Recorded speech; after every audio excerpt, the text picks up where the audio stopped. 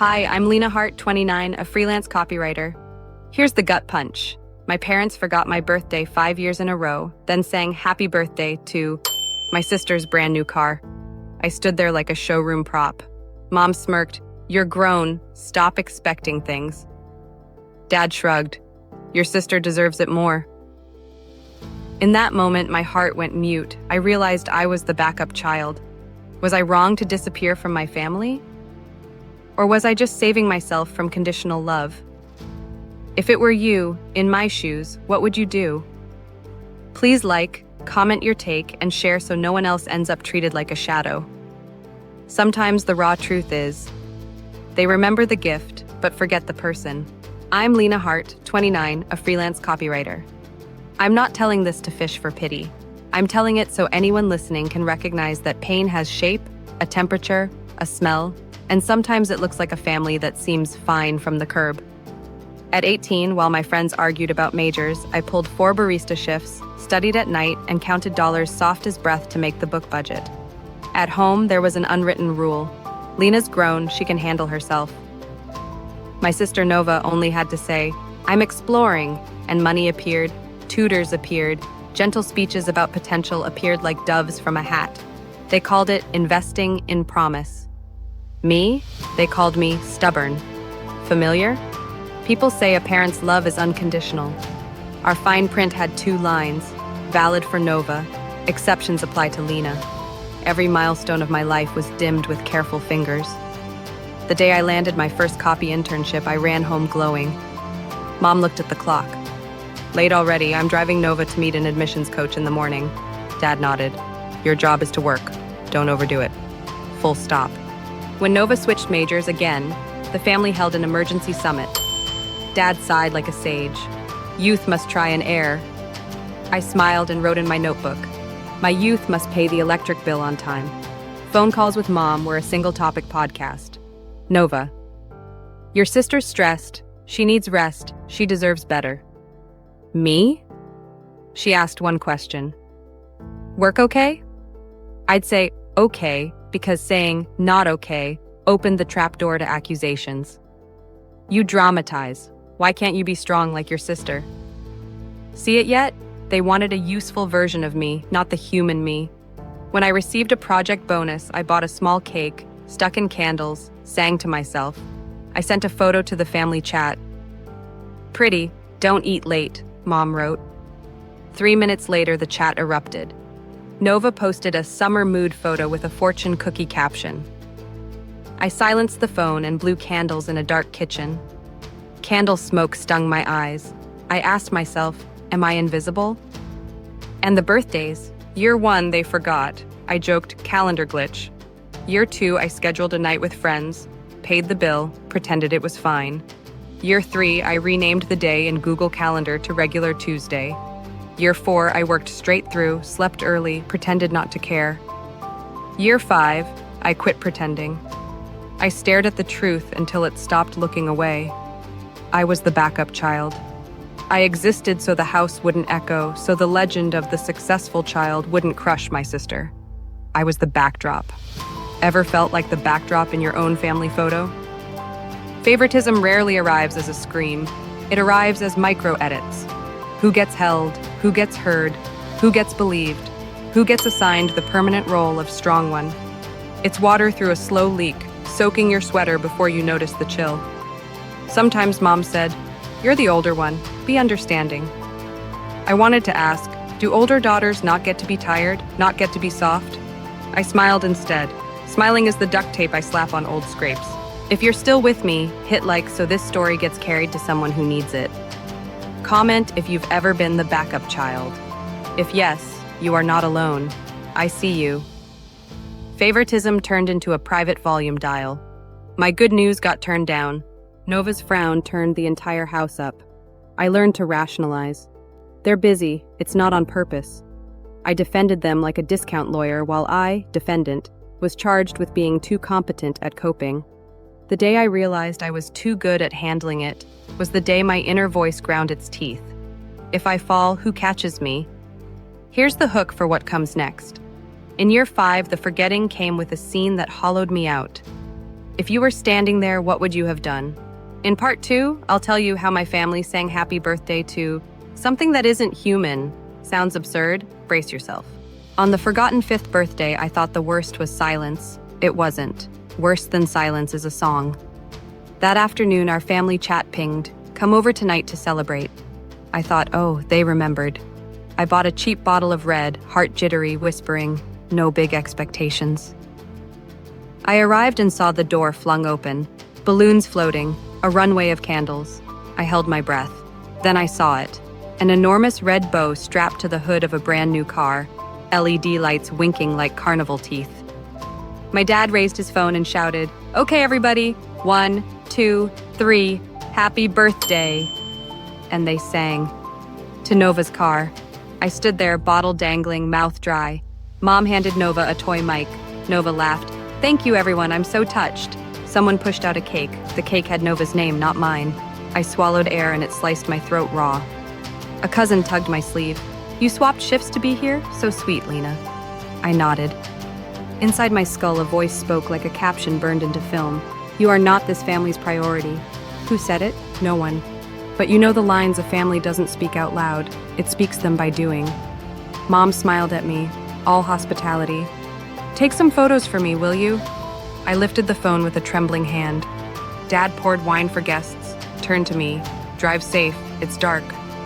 I wanted to say, "Sure, I'll drive carefully through the birthday of myself," but I swallowed it. Swallowing is survival skill number 1 in this house. Then came the wounding line, "Grip your chair." When someone joked, "Do cars get candles?" my father said, "Candles are for special people." And they laughed.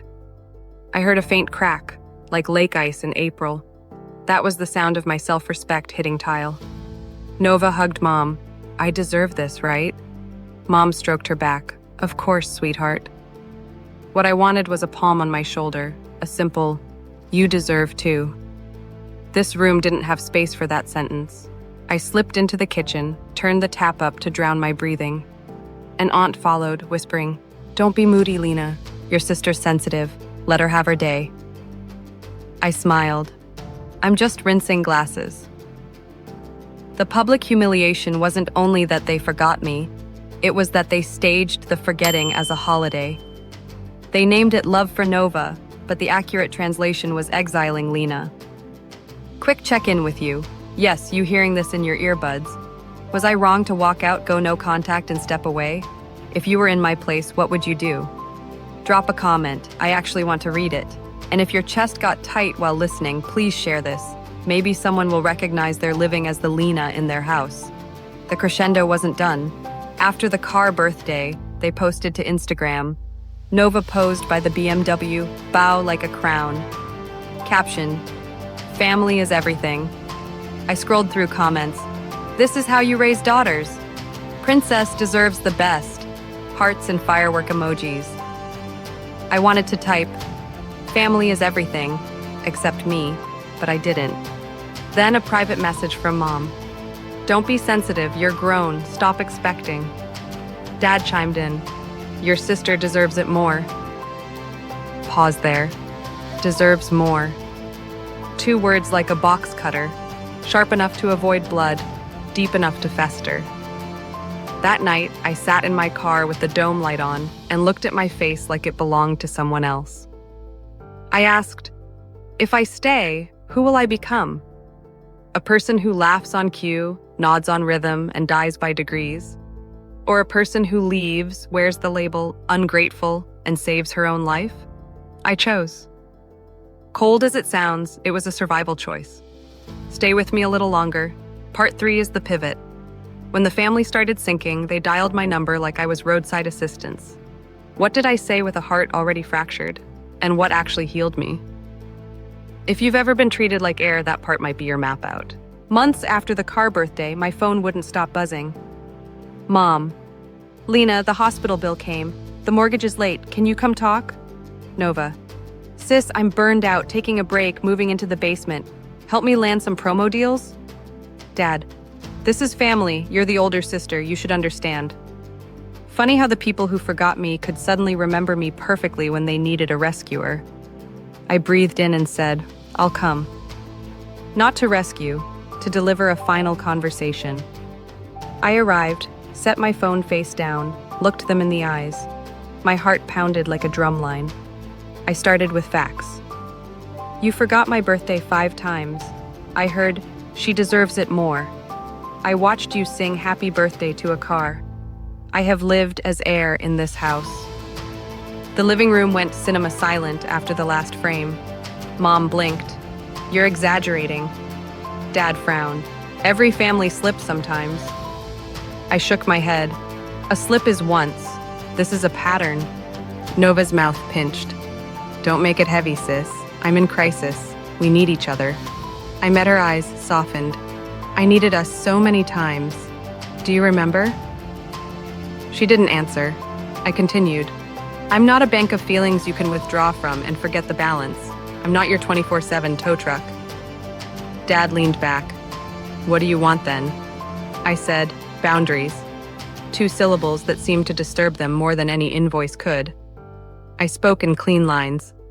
I won't pay your debts. I won't do free PR. I won't appear like a life preserver when you're drowning and then be tossed aside when the sun's out.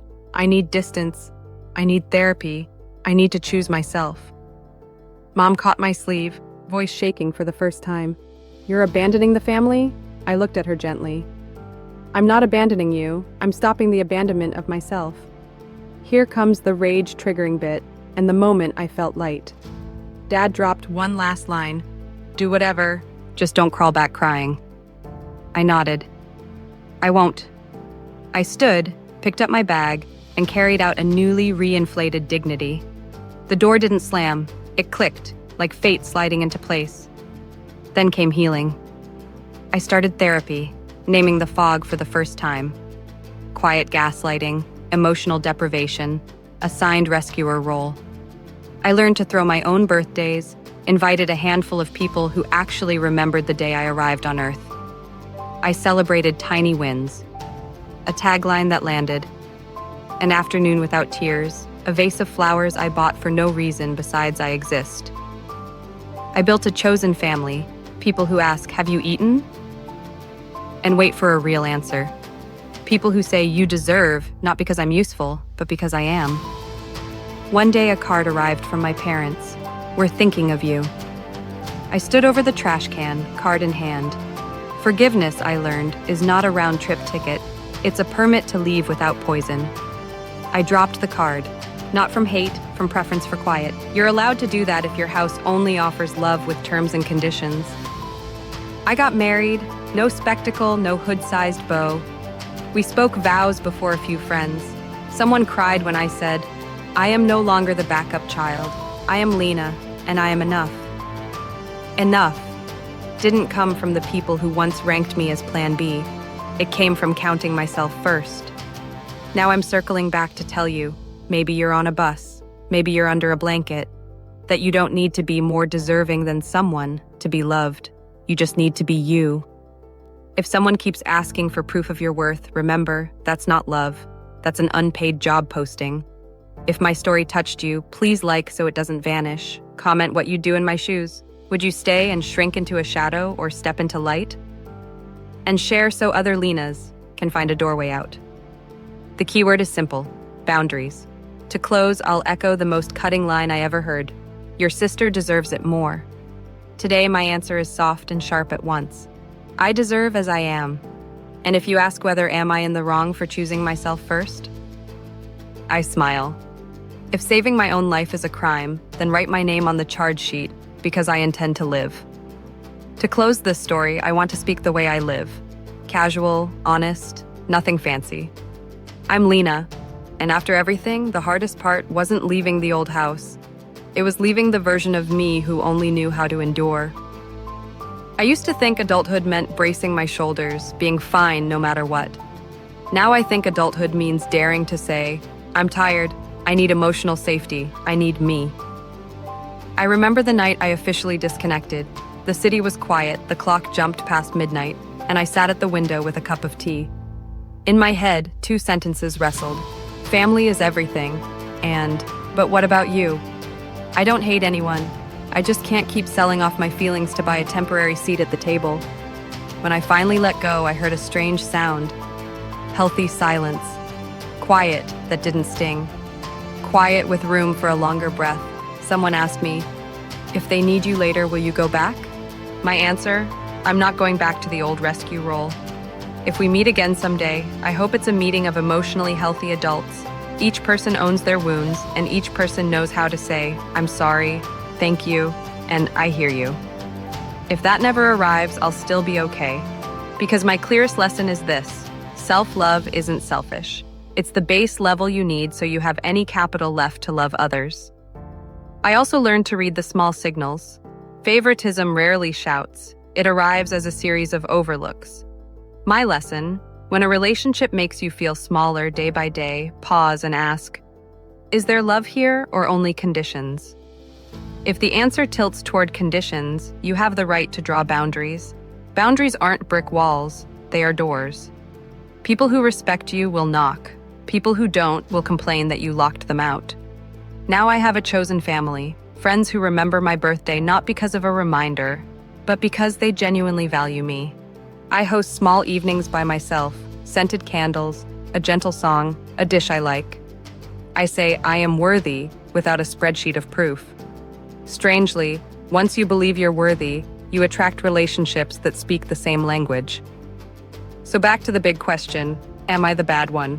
Am I bad for leaving a structure that kept shrinking me? If bad means stopping the habit of pleasing people by betraying myself, then I'll take the label fine.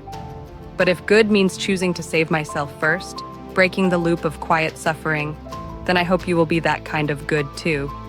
Honestly, saving yourself is not selfish. Saving yourself is survival. My takeaways fit in 3 lines. 1. Name the pain out loud. When you name it correctly, you finally know where to apply the balm. 2. Boundaries are love with structure. Without them, love becomes obligation. With them, obligation has a chance to become love again. 3. Forgiveness doesn't require reunion. You can forgive to lighten the heart and still refuse to return to the place that injured you. If you're still listening and you recognize yourself here, please stay gentle with yourself. You don't have to prove you are more deserving than someone to be loved. You are deserving because you are you. And if this story touched you, a small favor. Please like so.